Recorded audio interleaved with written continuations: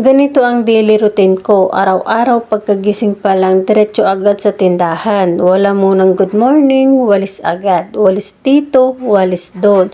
Para ako na yung official cleaners ng barangay Araw-araw kasi maalikabok. May nagpapagawa ng bahay dito sa tabi namin. Minsan gusto ko na silang tanungin, Kuya, hanggang kailan po to? Pang forever na ba to? Pero syempre laban lang. Habang wala pang customer, punas dito, punas doon. Kasi aminin natin, kahit ikaw hindi ka bibili pag mukhang alikabok yung paninda, diba? Pagkatapos sa tindahan, lipat naman ako sa kabila. Walis uli, parang hindi na uubos ang alikabok. Piling ko bumabalik sila pag nakatalikod ako.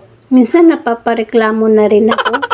Pero wala bawal mapagod. Kahit pagod na ako, pero low-key gusto ko na huminga. Kasi kasama yan sa buhay, araw-araw na pagsumsumikap, at syempre after ng lahat. At ito naman tayo, hugas naman ang pinagkainan. Kahit pagod na, hindi pwedeng ipagpabukas. Kasi sabi ng matatanda, hindi daw maganda sa buhay pag may tambak na hugasin. At totoo naman, pag tinatamad ka ngayon, mas tatama rin ka bukas. Kaya hugas agad para malinis ang kusina. At wala kang iisipin na may hugasin pa pala.